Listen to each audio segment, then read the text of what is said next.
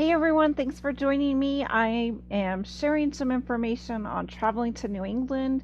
As you can see, fall foliage is behind me, but this is actually Michigan, so there are plenty of places to see fall colors. However, I just wanted to hop on and share some questions that I'm seeing on Tripadvisor. So let's hop over there and see what we can see as far as topics, questions, people we can help out. Some people are looking for road trip routes and places in August. So let's see what we've got. And I like TripAdvisor Forum. However, be careful when you use the review side of things, as you may have heard recently. And you may have seen and experienced it on your own trips or when you're reading reviews. Some people are only reviewing a property one time. They aren't really have other reviews on TripAdvisor. I have even seen business cards at front desks where they'll offer you a 10% discount in exchange for a review. So, are they really unbiased? I'm not so sure anymore, unfortunately. So I'm going to hit share screen. Let's take a look at what we see on TripAdvisor. And like I said, the forum portion, though, is used by travelers just like you and me looking for some quote free information. And that's what you have to take it as, just a grain of salt. Here's someone looking for, so today is July 2nd. So I'm just popping these up here, see what we got. Honeymoon recommendations.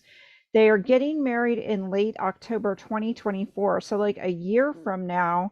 And they want to spend Halloween in Salem. They know it's crowded, they know it's cliche, but they really want to go do this. And then they want to hire a car and hit the road for about a week before ending up in Boston. So they're looking at a trip that's going to feature 2 to 3 different spots.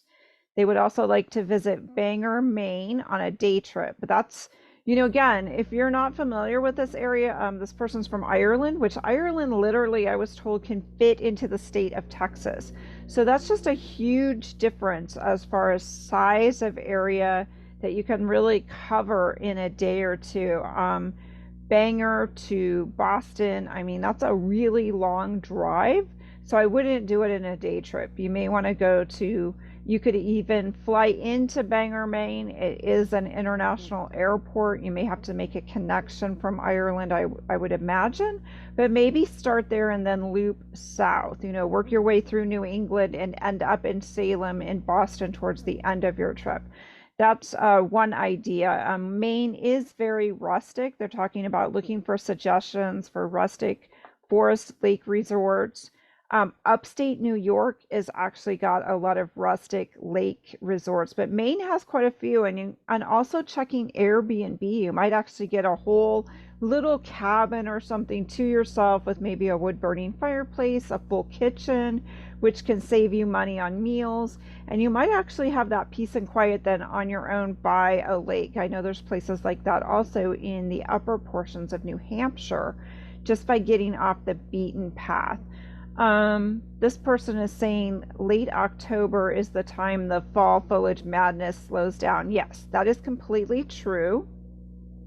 I would also, as this person who answered, I would also agree and include Acadia National Park. That's not too far from Bangor, Maine. You might even, depending on when you want to get to Salem, watch out for the long weekend. And by long weekend, I mean what was traditionally Columbus Day weekend here in the New England states, but now has been renamed Indigenous Peoples Holiday. You'd want to look up and just see what date that falls on. This year, I think it falls on the 10th. I've got my calendar here. It actually falls on the October 9th. So that weekend is the most expensive weekend in New England. You get a lot of people just taking that weekend for a weekend trip. So that is my thoughts around that. But check out Airbnb, check out small inns and lodgings. If you do look at TripAdvisor, since this is where you posted it, you might really read through the reviews and always sort the reviews by most recent to get up-to-date comments. And if there's things that don't resonate, I always look at a few of the negative comments too. How old is that negative review? What are they saying? Are they saying it's dirty? Are they saying the bathroom didn't work? Things that are no-goes for you.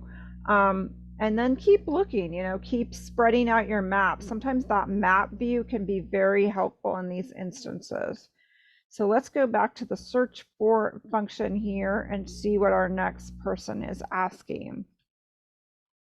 And as always, I've been going to New England for many years, so I'll be more than happy to help you answer your questions. Hop on a quick phone call. I've got some prefab pricing for itineraries on my website. Of course, some of that is not going to be custom. For doing $350 itinerary, that's not going to give you a custom route. I'm going to pull out some of my routes that I always go with. I will help you, though, for that price, get a itinerary that works for you as far as an overall route and places, bookends, as I call them, like where to stay along the route. Toll roads is a question here. This one, we are renting a car from Boston and traveling to Wilmington, then on up to Stowe, then across to Conway, from Conway to Portland, then down the coast. You can actually set your car to avoid tolls. You can ask for that when you rent the car. You might also watch, because some toll roads, if you go through without a transponder, then the car gets billed, which then goes to the rental car company, and then they will find out who rented the car during that time. And oftentimes they charge you a fine plus an admin fee. It's sometimes the price of taking a trip. But in some states like New Hampshire, you can pretty much avoid the toll roads just by putting that into your GPS directions. As this person responded, Vermont does not have any tolls. Maine has tolls on Route 95, but if you're trying to get quickly from one spot to another, it will save you a lot of time. And it's been a while since I've used the toll road in Maine to know if there's a cash lane, but you can often look for that and see if there is a cash lane. So it just depends on where you're going, if it makes sense. If you literally are trying to make time from getting to northern Maine down the coast, and if you take the scenic route, Route 1, yes, you go through amazing small towns, but it's going to take you maybe three times the amount of time, maybe 4 times, just depending on how that road routes. So maybe check with the rental car company. They might be able to give you some better information, or ask when you're renting the car how that transponder works to activate it so you can avoid the situation altogether. So another question, let's see. So we've done tolls, honeymoon destination near Salem. Book that early. Anytime you want to be in Salem, do your research. There's some amazing places to stay in Salem. All right, now I'm going to look at this itinerary help, which was recently posted. That's something I love. I kind of treat it like a puzzle of helping people check out where they want to go, what they want to see. So this person is planning a trip to New England starting Thursday, September 28th. They're going to fly into Boston. They want to go to BarHarbor, spend 3 nights. Where should they go the first night?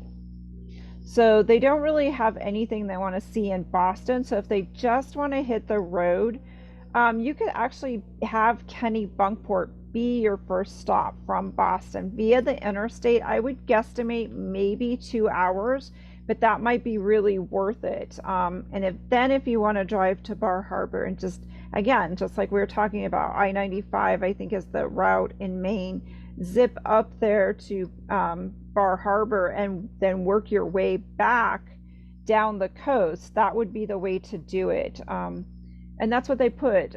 Should we spend the night in Portland? Portland, Maine is a little bit larger. You might look for something that's close to there, but it depends. Portland has a wonderful food scene. They also have a beautiful lighthouse there. So it really depends on how you want to break up that trip. Should we stop somewhere like Portsmouth? I love Portsmouth, New Hampshire. I think it's well worth an overnight. That's my personal opinion. Lexington and Concord, you can pick that up on the way back into Boston. Should we drive all the way to Concord from BarHarbor? Wow, that is going to be a really long time, a long drive. So it depends on the number of vacation days, I guess, honestly, that you have. That's where you have to start, get a calendar if that works for you. Oftentimes, I literally will just get a page. This one's from last year. You can get a free calendar online and print it out. That might be something to do. And then just take a pencil and start penciling in. You're flying in here. You want to block out 3 days for Acadia National Park. That way you can visually kind of see what you've got to work with, and start calculating. Just start calculating how far it is to some of these places. For some people, they don't mind a full drive day. For them, it's like more important to just hit these highlights that they haven't seen, like Acadia, spending time in Portland to do a food tour, or, go to the lighthouse, Lexington and Concord. You can spend a lot of time walking through the historic cemetery there. There's the bridge. There's, a little bit of things, but for some people that's a 15-minute stop. And for other people, they really want to wander and see and immerse themselves in that history. And that might take an hour to 2 hours. It really depends on your interests. You're not going to be able to outguess the weather, but kind of base it on your interests, how fast or slow, how much time you want to spend at a location. So those are some suggestions there. It is, the person posted this was DL Kentucky. So if DL Kentucky happens to hear this video, go ahead and drop me an email. It's april@aprilart.com, or you can go to my website, which is yourphototravelguide.com, and fill out the quick form there, and I'll be happy to answer in more detail your questions or hop on a call with you. So that's what I've got for today, guys. Hope you enjoyed this, and check back. We've got a lot more content. It is the-travelcollective.com. So let me go ahead and stop this for today, and there'll be more of these videos over the next coming days. Take care.